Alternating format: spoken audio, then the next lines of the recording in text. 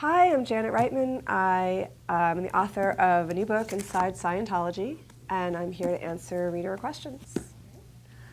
What is Inside Scientology about? It is about America's most secretive and least understood new religious movement. Why did I write Inside Scientology? Okay, so Scientology is an organization, and it's a religion, at least in the eyes of our government, the U.S. government, that people know very little about. And one of the reasons is because there have been absolutely no investigative histories of this group, particularly not since the late 1980s or 1990 onwards, at all. And I wrote, in 2006, I wrote a really long investigative story for Rolling Stone, where I'm a contributing editor, and on Scientology. And I, in the middle of reporting that story, realized that I was compiling enough information to do a book, and was encouraged by a lot of the people that I was interviewing that I should do a book. And because one of the reasons was that there was no book, and so I decided that I would take the chance and do a book, and so that's why I did it. Is Scientology a religion for the rich? Is a great question, and it's something that people ask all the time. And it's a religion for, I would say it's a religion for the middle class and the rich. It's a religion that costs money, and and it costs an increasing amount of money the more into it you are. And the way it works is it's a little bit like a pyramid scheme where you walk in, and the basics of Scientology is that it's self-help. It's a form of self-help. It's going to make you, if you follow a certain kind of procedures, very specific procedures that they call technology, and through a process that they call auditing, which is like counseling, you will become an increasingly more enlightened and enriched human being, and ultimately will become fully self-actualized, even to where you might have supernatural powers, sort of telepathy and that kind of thing, and just be completely in control of your life and be able to influence others and influence the world in a positive way, right? So that's the basis. And you have eternal life. That's the other thing, is that you're an eternal spirit, and you will be reincarnated, and you're basically perfecting your soul here on Earth right now in this lifetime. So, with that said, you enter into the Church of Scientology, and it's a little bit like self-help initially. That's how it would be pitched to you, and it would be, so we have some techniques to help you solve your problems, and that stuff would not cost tremendous amounts of money.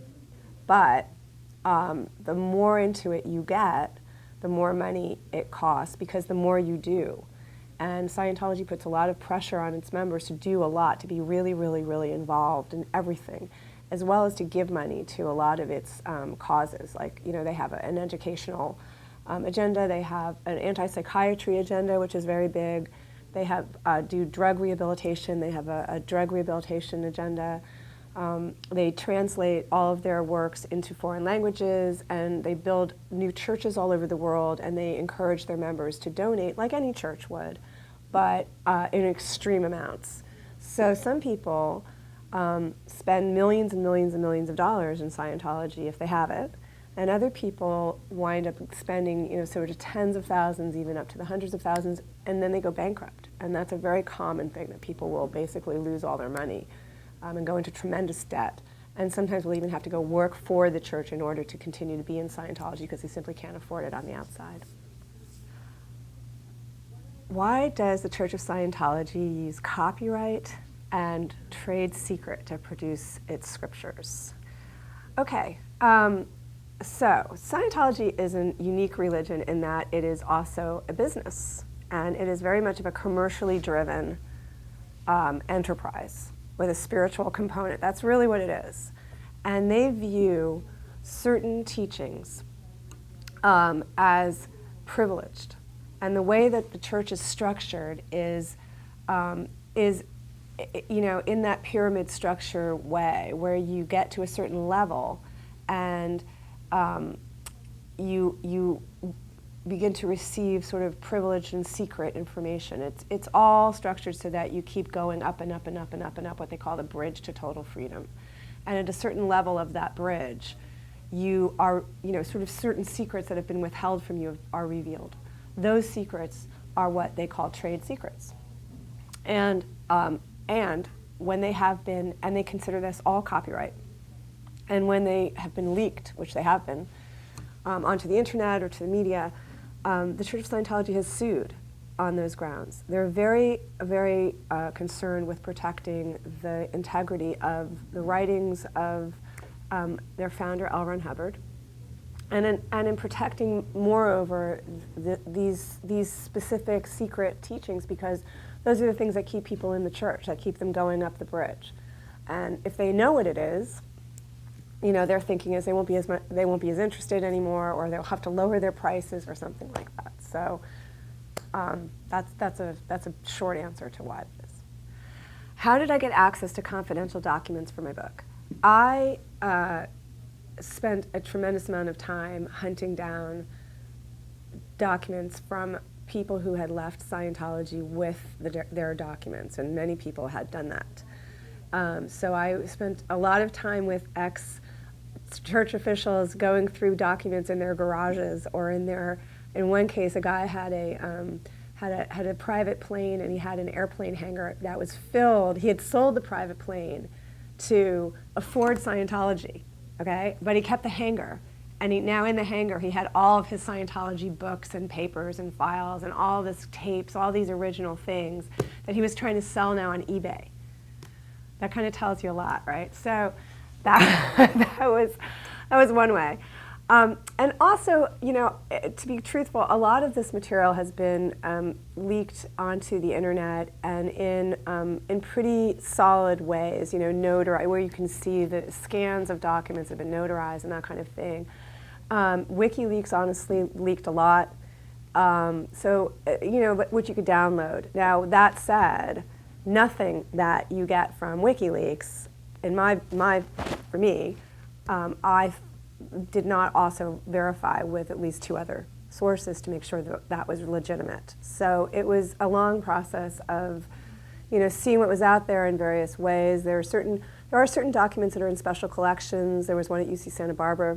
There's a professor that keeps a lot of Scientology documents there. There's another professor in Canada that has a lot. So it was a process of kind of, scouring the experts and scouring what was online, but mostly it was about really spending time with people who left the church and getting basically everything that they had and looking through it all, and then going over it with them and making sure I understood it. And that took a long time, and it continued all the way through the writing and the editing of the book, all the way to the very end. I was, getting things sent to me and making sure that they were all correct and that kind of things.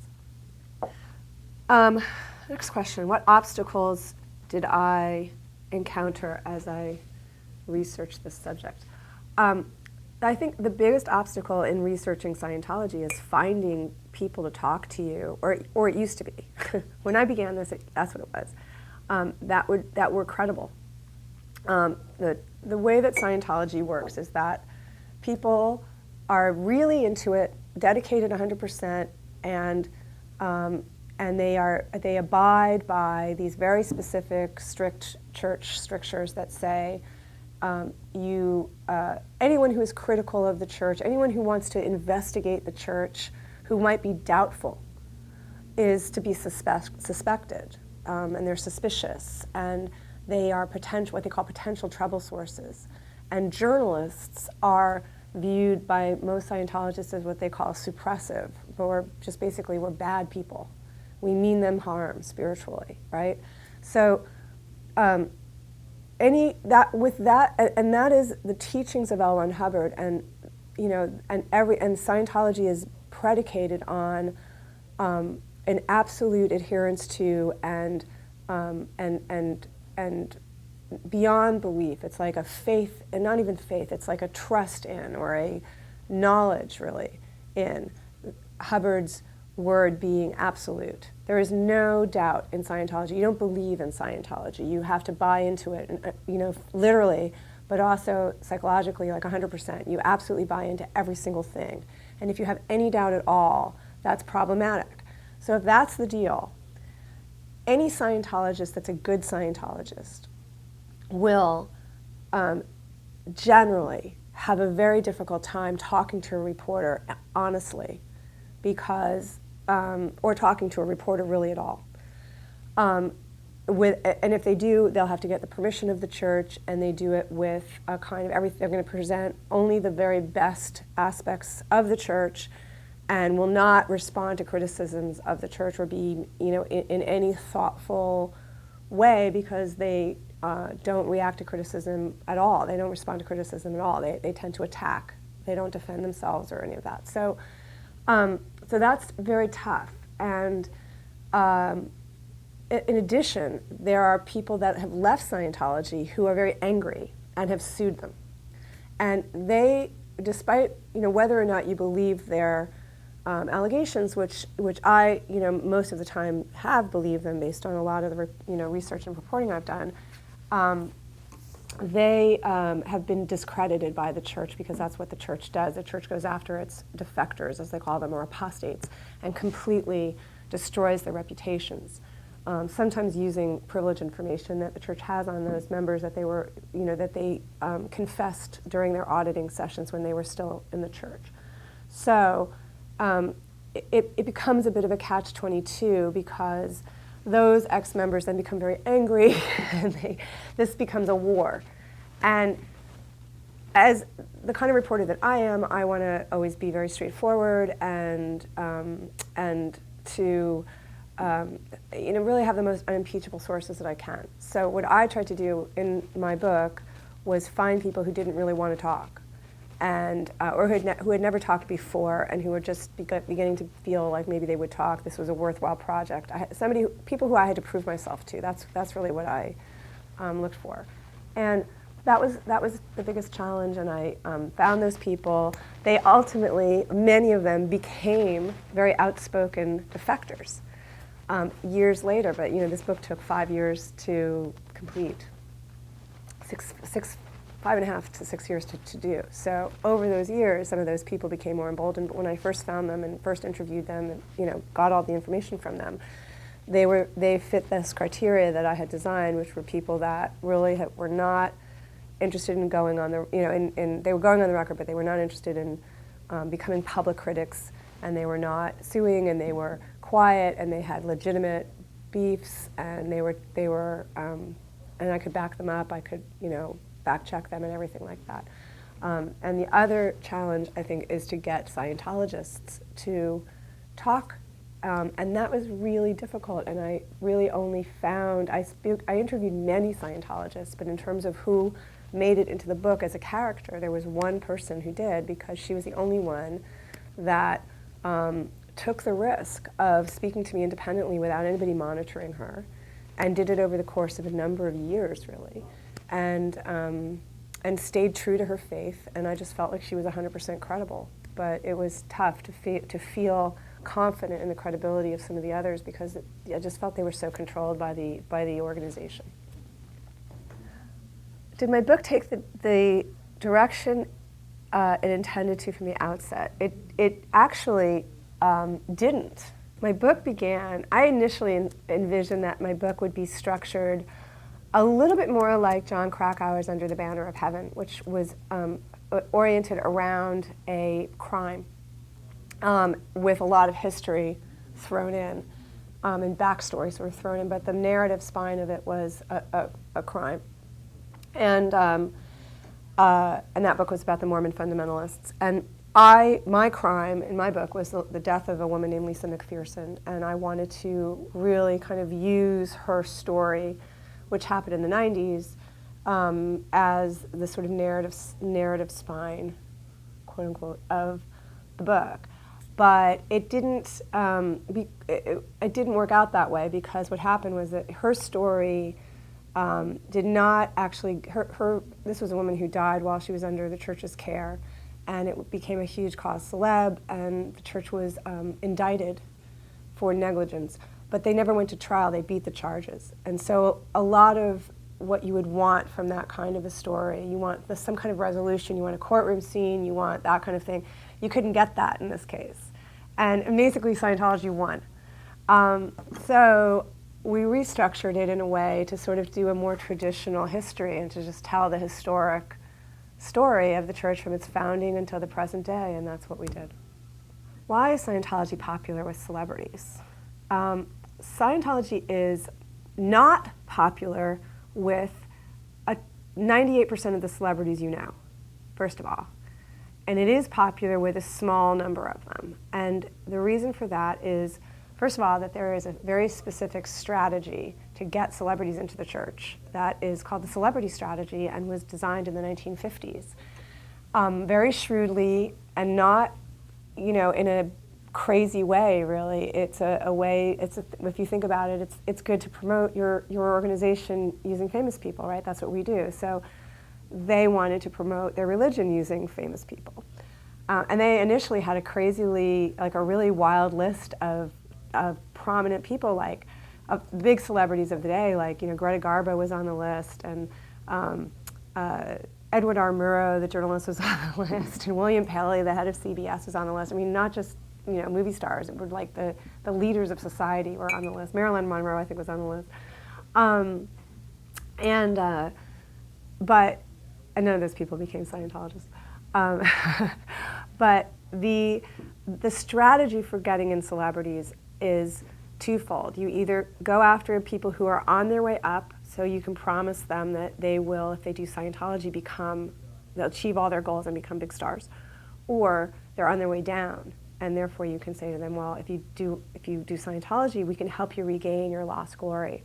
And that's worked. Generally it works with people on their way up. They think that they can achieve stardom and connections, if not huge stardom like Tom Cruise, well, at least they'll get connections, because also there's been enough success with Scientology in Hollywood. It's really rooted itself in Southern California, particularly in Hollywood and Los Angeles, for years. And it has attracted a number of people in the entertainment industry, not just actors, but casting agents or producers or managers or people like that who are sort of involved in filmmaking or involved in the entertainment industry, but not necessarily on camera, and also who run acting schools. There was a very famous acting school called the Beverly Hills Playhouse, which still exists. The teacher, Milton Katselas, who died recently, was a Scientologist, and for a long time his school was a little bit of a clearinghouse for young stars, up-and-comers, who then would be sort of flowed over to the Celebrity Center, which is the big church in Los Angeles that caters more towards the celebrities. And so a lot of former students of Katselas's are Scientologists, such as Kelly Preston and Ann Archer and Jenna Elfman and who else? An actor named Jason Begay. There's a lot of, actually, almost all the famous Scientologists that you've heard of were students of Katselas, and probably 80%. So that's that. But in terms of its general appeal, it doesn't really have that general appeal. And I always make this argument. I think Kabbalah has more of an appeal to big celebrities, if you think about who the big celebrities are who do Kabbalah, than Scientology does. Okay, how did Lisa Mcpherson come to die at the hands of Scientology? Lisa Mcpherson was a young woman who was a very dedicated Scientologist who suffered a nervous breakdown in the church's hub of Clearwater, Florida, in the 90s, 1995.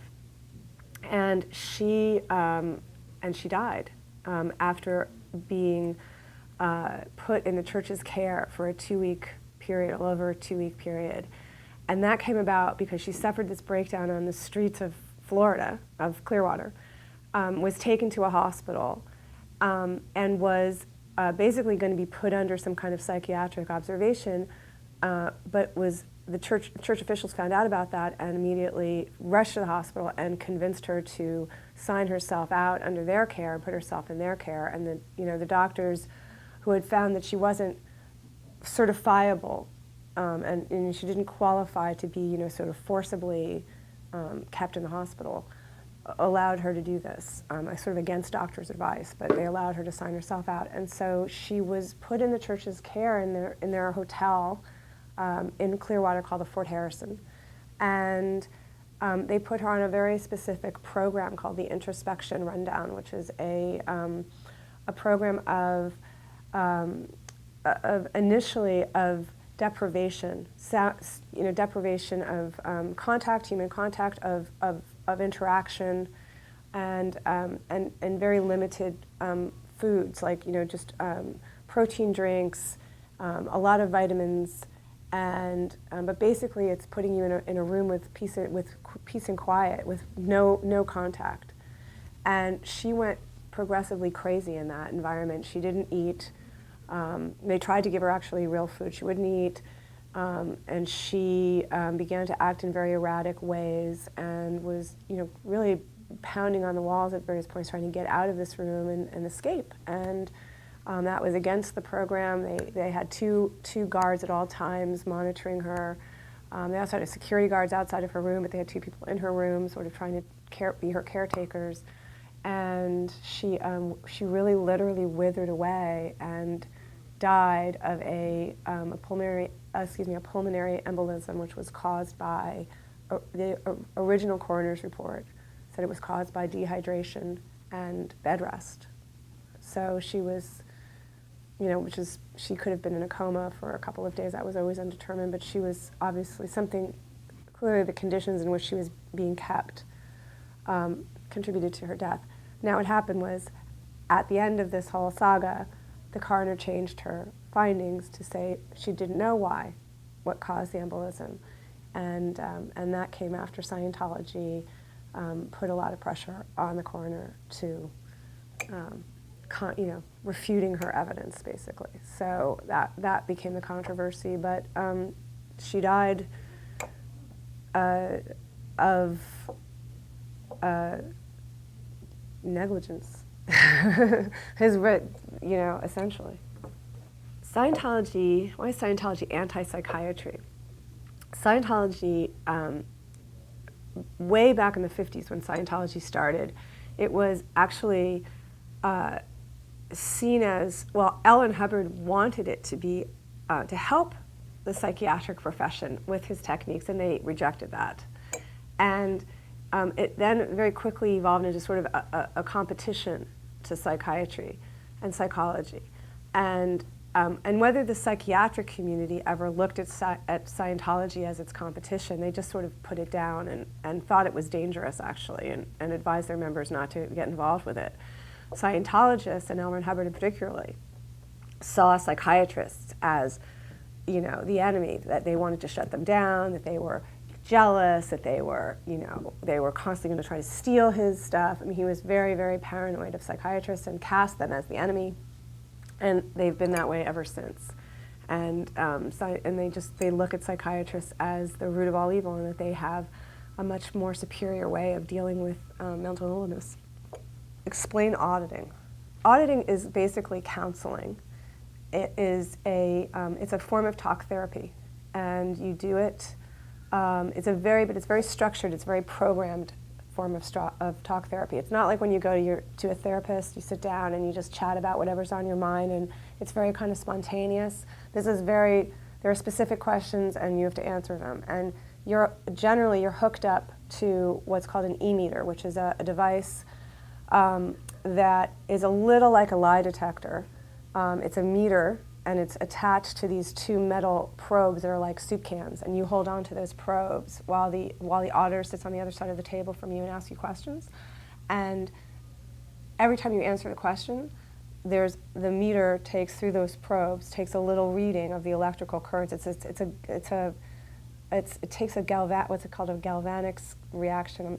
Don't quote me on this actually, but it's I'm bad on the science, sorry, but it registers the electrical currents under the skin. It's a little bit like biofeedback, and it's supposed to basically root out whether or not you're telling the truth. And so if you say answer a question and the meter the needle jumps in some way or another, that will indicate to the auditor that there's something else there that you haven't told him, and they basically will dig and dig and dig and try to find out what you're withholding, what you might not be confessing. Now, some of this is could be good for you, that there's something that you've suppressed, and they're trying to get to the bottom of it.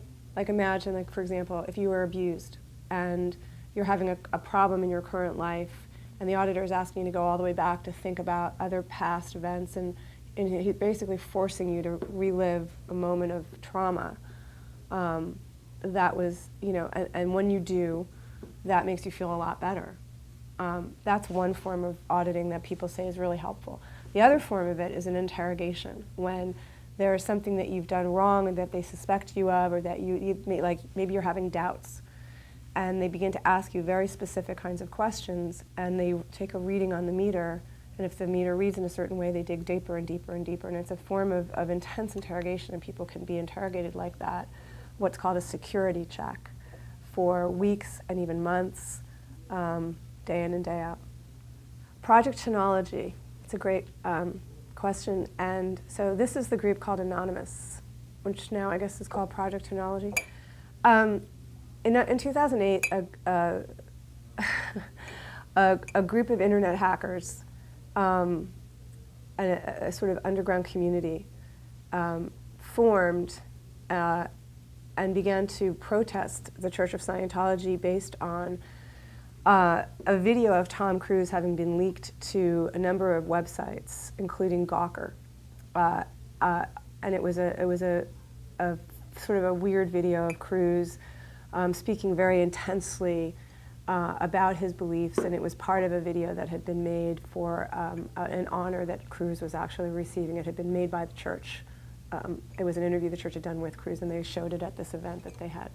And anyway, it was just a strange video. It was leaked, and the church was posted online, and the Church of Scientology immediately sent out a cease and desist letter to all of these. It was various, like MSNBC, I believe, and a couple of other media outlets, and then Gawker. Virtually all of them took this video off, but Gawker did not. And Gawker actually instead posted the letters they were getting from the attorneys. And it showed censorship, the way that Scientology sought to censor. And this has always been a problem with the church, is that it does seek to censor people, again, using these copyright issues or trade secret issues. And this becomes really problematic for people that believe very much in free speech and in intellectual freedom, even though the church always has an intellectual property argument. It's a very complicated legal argument. But in general, it upsets free speech activists to no end. And so these people saw this and were outraged and decided to fight back. And they attacked Scientology. They hacked its website. They released a video on YouTube, sort of basically warning Scientology to beware. They would be, they were going to get them. And then they started organizing protests around, first in certain places in the U.S. and then around the world. And they would go wearing these masks, these Guy Fawkes masks, or covering their faces with bandanas. And some of these protests attracted like thousands of people. And they created a movement, essentially, of revolt against Scientology. And it was both, I think, good and bad. On one level, Scientology reacted by trying to shut these people down and accusing them of domestic terrorism and winning in certain ways. They did, get certain. They got certain people. They're not an organization to mess with, and if you attack them, they will attack you. So they sent some kids to jail, actually. On the other hand, the positive that they have done is they emboldened a lot of people who were in the closet, so to speak, but itching to kind of get out and say something. And these were the people who I had interviewed already for my book, many of them, I interviewed my sources like in 2000, mostly in 2007.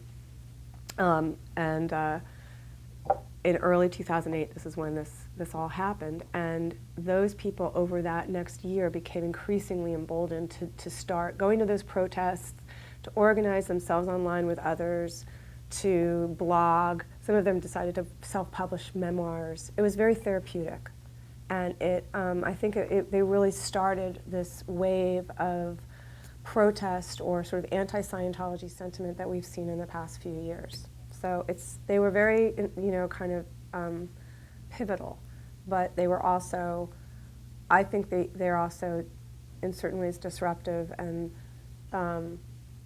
I don't think their actions in and of themselves are really that effective. I think wearing masks and that kind of thing is not, it becomes street theater, and it isn't actually an effective way of making change. However, it does embolden the other people who can make change to begin to make change, and that's what they did. So, good for them on that level. Does Scientology talk therapy work? Yeah, I think it does. And I think in the initial stages it does for some people. I mean, I've done like one auditing session that did not work in any regard for me at all, but other people I know loved it. And I think it depends. If you've ever done any other kind of therapy, you might not get into their kind of therapy because it could seem, I don't know, like too organized or formulaic for you or something. It just, but I think I know some people that really got into their talk therapy having tried other forms of therapy that just didn't work on them, or who had never done therapy at all. Talk therapy is talk therapy, and I think it works, period. I think talk therapy, is good for people. So on a very rudimentary level, what I've learned is that, yeah, Scientology works. It can be very helpful. If you just, in the very beginning, it can be very, very helpful, and people love it. And that's why they do it. That's why they're still around, is because people do really love it in the beginning. So the South Park episode of Scientology was brilliant, and brave, incredibly brave. I was in the middle of my Rolling Stone story at the time that piece came out, and that episode came out. And it was just brilliant. But it showed something very interesting, which is that they were so nervous about, they were both nervous about the church and also making fun of the way the church would respond, that the credits at the end of the episode were all credited to like Jane and John Smith or something like that, And so they couldn't identify any of the writers or whatever. And I mean, it was really funny, but I know that was also part of the whole send-up, but it was also a realistic saying, we don't want to be harassed.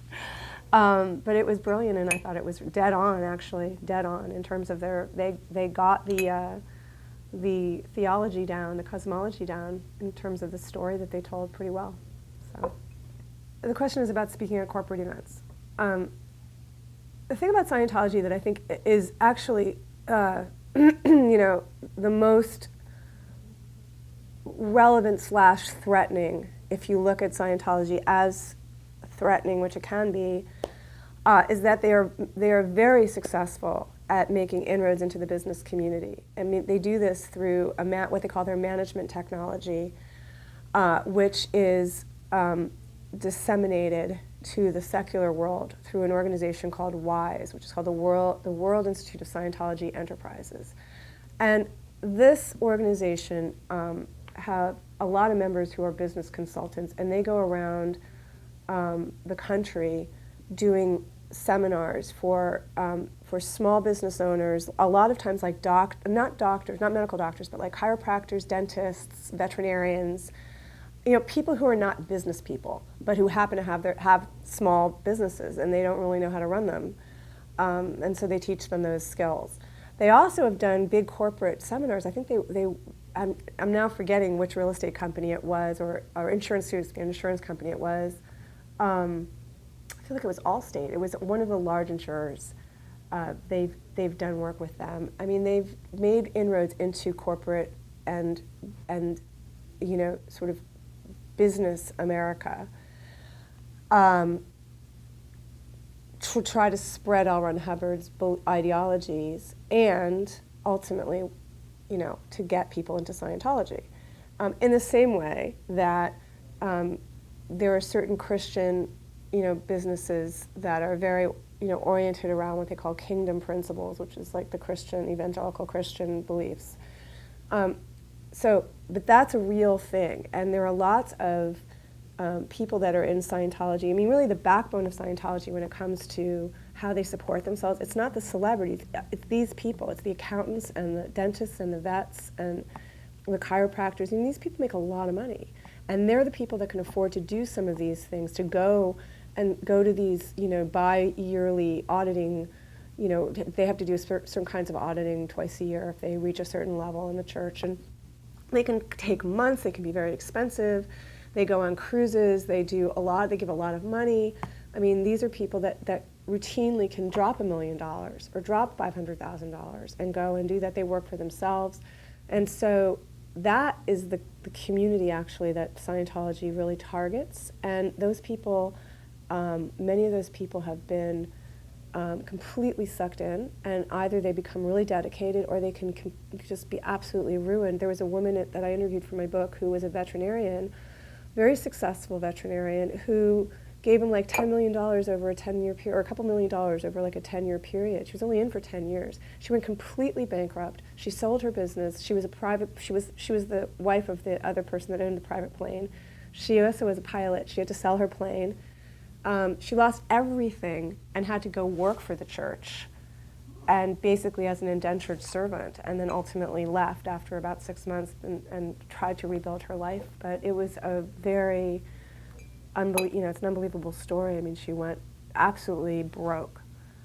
And that's something that's not an uncommon story. So that's something that I think anybody in the business world should be aware of if they're interested in, bringing in outside consultants. Oh, it's been the best part of working for Rolling Stone. It's a great magazine to work for. I think the best part of it is I've been able to do I just get to do stories in every realm. I don't cover entertainment, but I've reported stories on everything from the Church of Scientology to the childhood obesity crisis to the war in Iraq, which I covered for 8 months for Rolling Stone. And now I'm reporting on the Christian right, and I can do all those things, and it's, I don't seem to have, as long as you prove yourself as a good reporter, they don't put limits on you, they don't define you by a specific kind of a beat necessarily. They like to give you challenges. They give you a lot of room to write, lots of time, and a lot of room, and I have wonderful editors, and it's like a great magazine. It's been a home for me for a long time. So, but I think the best part is just the diversity in subject matter and the time I get to spend doing the actual reporting. What is one of the most outrageous truths that I learned about Scientology when writing my book? Okay, the most outrageous thing what I thought was really outrageous and just bizarre was that they had their own language, and that it really was a separate language and like a separate world. And I began to realize this when I began writing the magazine article, and I started interviewing young people, kids, teenagers, and kids in their 20s who had left Scientology and had to relearn the English language because there were all these words that they used in Scientology that were not actually words that we use in English, or not in the same way. Like, or one of their words is interbulate, which means to upset. It sounds like exactly what it means, right? Well, we don't, what is that word? And they would use this all the time. Or counter-intentioned, which is, I guess, that we could figure out what that means in English. But in Scientology, it has a very specific meaning, which is it's counter to the goals of the Church of Scientology. And so there are lots of words. L. Ron Hubbard came up with his own language, and he has these dictionaries that all the kids, everybody in the church actually reads, and they're always encouraged to look words up in the dictionary. That's part of the entire Scientology experience, is that you read these policies and read all this doctrine that he has, and then if you don't understand anything, you have to go back and reread it and look up all the words that you might have not understood, and then use them in sentences. It's a form of mind reformation and mind control, but it's a way of actually reshaping the way you think and the way you view the world. And to hear about this from kids, from young people who were in a way like trained like this as children, and what they had to go through in school and how long it would take them to get through anything, because they were constantly looking words up in the dictionary, and they also were doing this on their own because the teachers are not actually teachers. They're called supervisors, and they don't teach. They are there to just basically enforce the rules and to lead these kids through what they call these check sheets that they have. And this is how they learn off of, in a very self-directed way, off of a set of directions. And so they oversee them looking up words in the dictionary or doing whatever they're doing, but they don't teach them. And that was fascinating, just that whole sort of educational process, and the vocabulary and the dictionaries, and I never, it's completely different than any other religion I'd ever heard of that does something like that. So that was pretty, and just, yeah, there's many other outrageous truths actually, but that was probably one of them. So, well, that's it. Thanks for all of your questions. I probably could have answered about 100 more. But if you want to find the answers to anything else, you can buy my book anywhere. Barnes & Noble, Amazon, your local bookstore in any community. You can download it from Kindle. You can get an audiobook. It's available pretty much anywhere. And you can go to my website, which is www.janetreitman.com. And that's spelled JANETREITMAN.com. And you can buy my book directly from the website. Or just go on Amazon and get it. Thank you.